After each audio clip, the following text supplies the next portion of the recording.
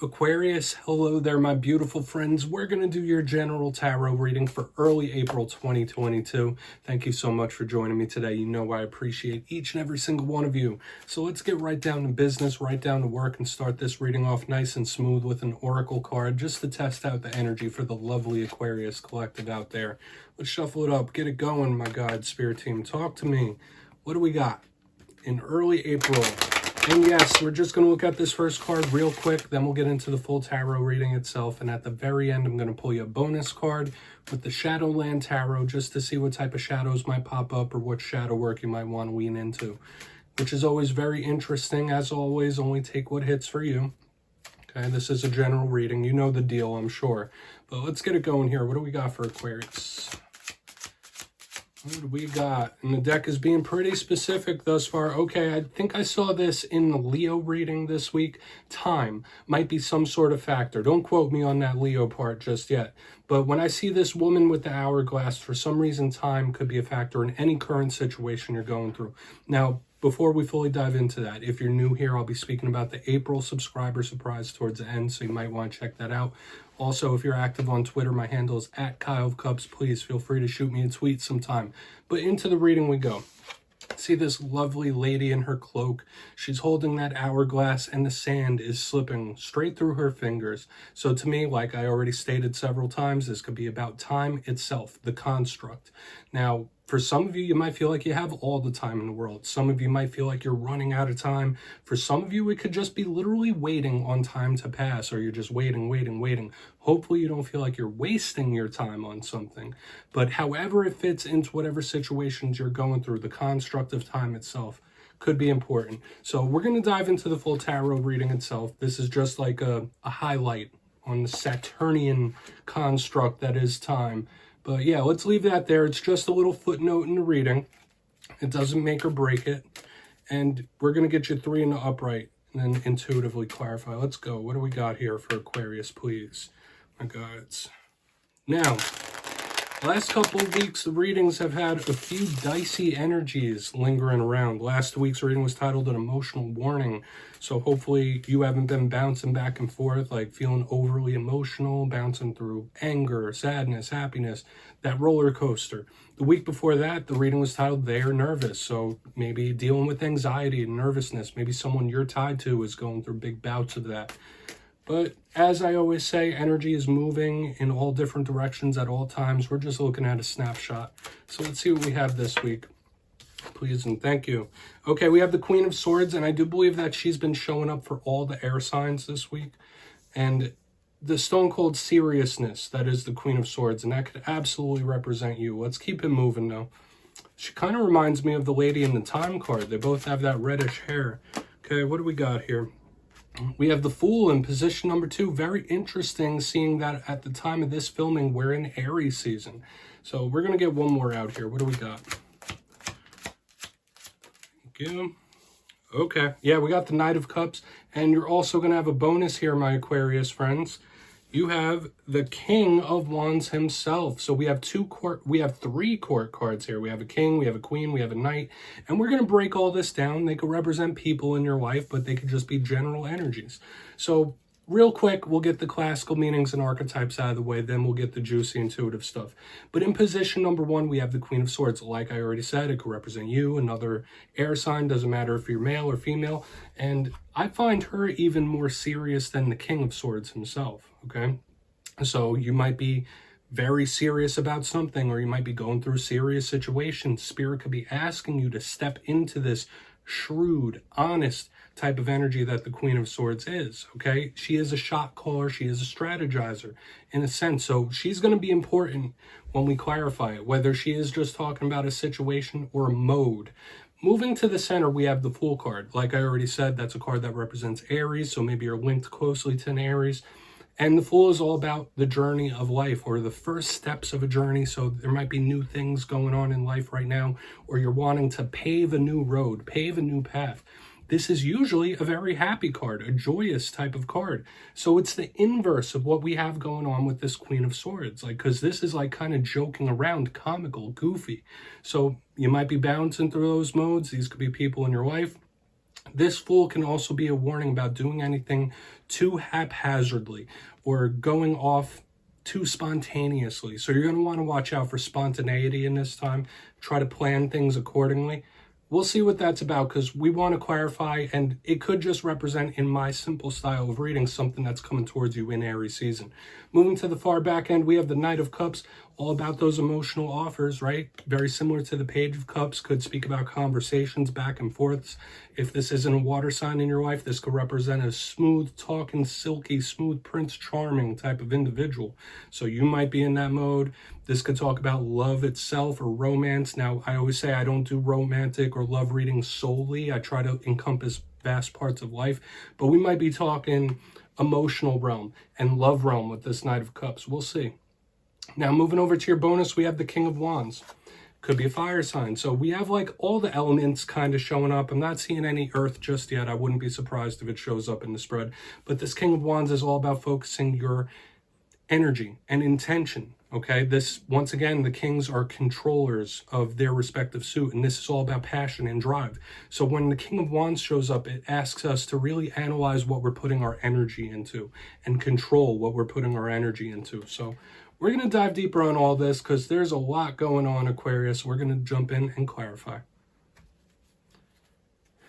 So let's get a good shuffle here for my beautiful Aquarius friends. The guides, talk to me. What's going on?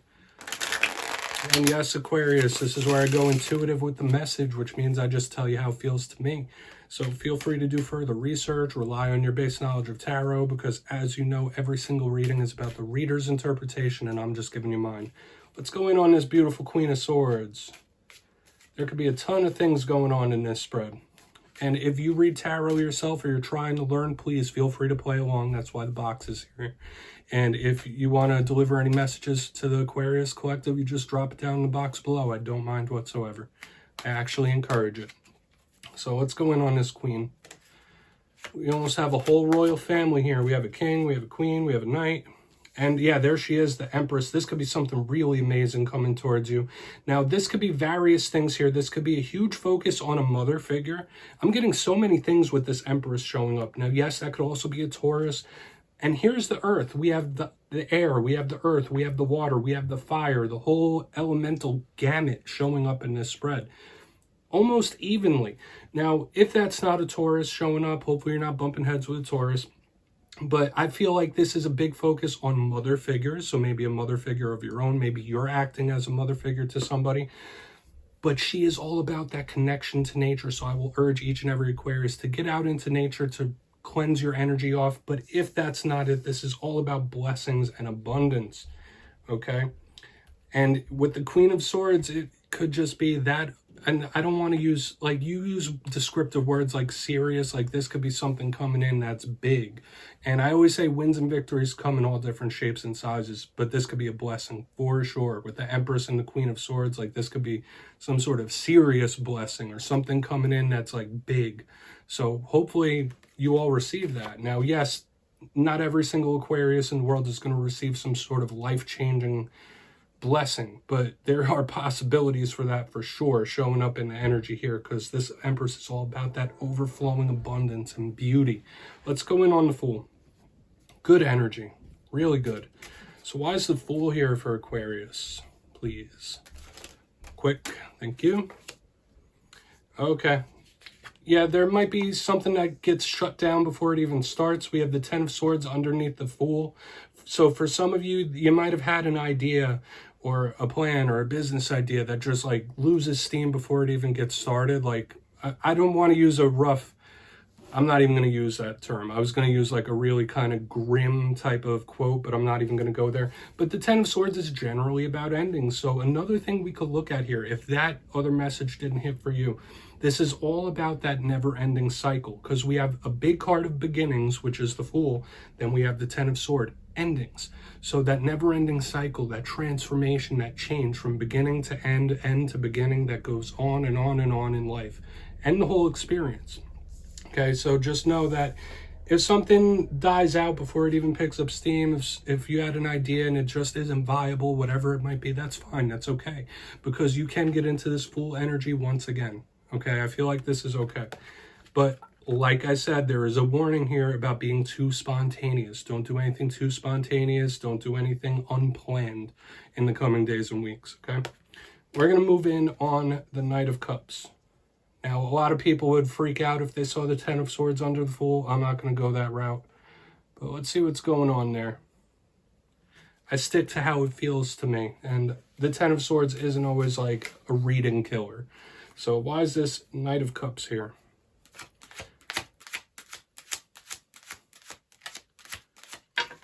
So we have multiple things going on here, Aquarius.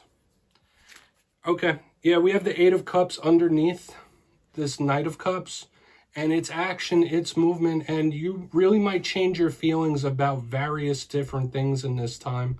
Or this is somebody whose feelings are in the process of changing. It feels extremely fluid to me right here on the back end. So beware that in the coming days and weeks, how you feel towards others, how you feel about yourself, how you feel about situations could be ever evolving. And I feel like there's a big evolution in this spread overall, because yes, we have the possible beautiful blessings here in the beginning, but the way we have this ending, beginning, rebirth in the center, and then over here, I feel like this could be a heavy evolution.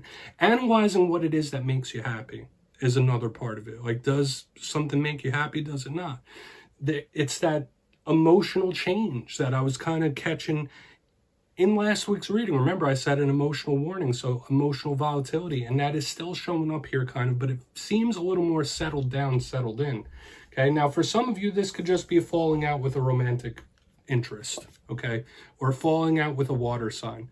But to me, this is more somebody whose emotions are very, I don't want to say volatile because this doesn't feel rough. It's just somebody who's in a constant state of flow and change. So the way you feel about various things could be changing in this time with this alignment, okay? Or you might be just trying to bail from something, okay? We're going to do a quick little recap before we get into the shadow spread. Very intriguing, just like every Aquarius reading always is. If you kindly look in the box, position number 1, we have the Queen of Swords herself with the Empress in the upright. Like I said, this could be something big coming down the pipeline for you. Some sort of big blessing, win, or victory. And I did use the word serious because of the Queen of Swords.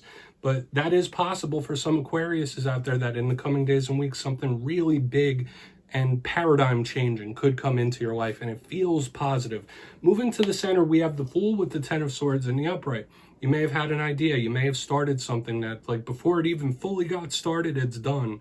Okay, that's a vibe I'm picking up here. Like, and I wasn't going to use that rough quote. If you know the one I'm thinking about, you could drop it in the comments. But something that before it even gets started, it's done. But we also get that evolution here. We have beginning, we have end, and that never-ending cycle, the transformation, the change. On the back end, change once again is in play. We have the Knight of Cups with the Eight of Cups, changing how you feel about various different things. Now, some of you could be having issues in the romance realm, but I do feel like this is how you're feeling about various different things, just in a state of flux in this time. So this is an emotional change. Overall, the back end is about emotions. So please take a screenshot, and we're going to get into the shadow card real quick. And I'd love to hear what you think about this spread. There's a lot going on here. Okay, hopefully you didn't have any fallout with an Aries with that center with the Fool and the Ten of Swords. Obviously not every Aquarius. So let's get this one shadow card out here. And when we use the Shadow and Tarot, I always say that this card really shines in that realm. So even if we get a positive card, we're going to look at the rougher side of it, because that's what we do with shadow work. So let's get this first card out. Real quick and brief for my Aquarius friends, please. Okay. Yeah, there she is. We have the Queen of Swords. So she was the first card showing up. I said she even had a resemblance to the Oracle card we had. The Queen of Swords is all over this reading. And like I said, the seriousness. But now we're going to talk about some of the rougher sides of the Queen of Swords. Okay, so for some of you, it could be an older feminine figure that's left a scar on you. Okay. If not, this could be an air sign that's left a scar on you. But the dark side of the Queen of Swords is that she is cold and callous. Okay, so whether it's somebody who has treated you that way without like concern for how you feel about things, just emotionally callous, does not give a crap, does not give a damn. Or this could be spirit asking you to not be in the Queen of Swords energy, yes, but don't be cutthroat. Okay, be serious, be honest, be shrewd, but be cognizant of how other people feel. So it could be one or the other. If those things haven't left a scar on you, make sure you're not leaving a scar on others when she shows up in the shadows. So Aquarius, that's what I have for you, my beautiful friends. Don't click away just yet, though. I'm going to give you the details of the April subscriber surprise. For the April subscriber surprise, I'm giving away 2 copies of the beautiful, wonderful Everyday Witch Tarot. This is the deck that you see in my thumbnails. So if you'd like to get your name in for this, it's 2 simple things. As always, first, you must be subscribed, which I'm sure you already are at this point. And second, let me know down in the comments what tarot card you associate yourself with. You'll be entered to win, and at the end of the month, I'll announce the winners in my community tab. As always, my friends, much love to you, and I'll see you next time.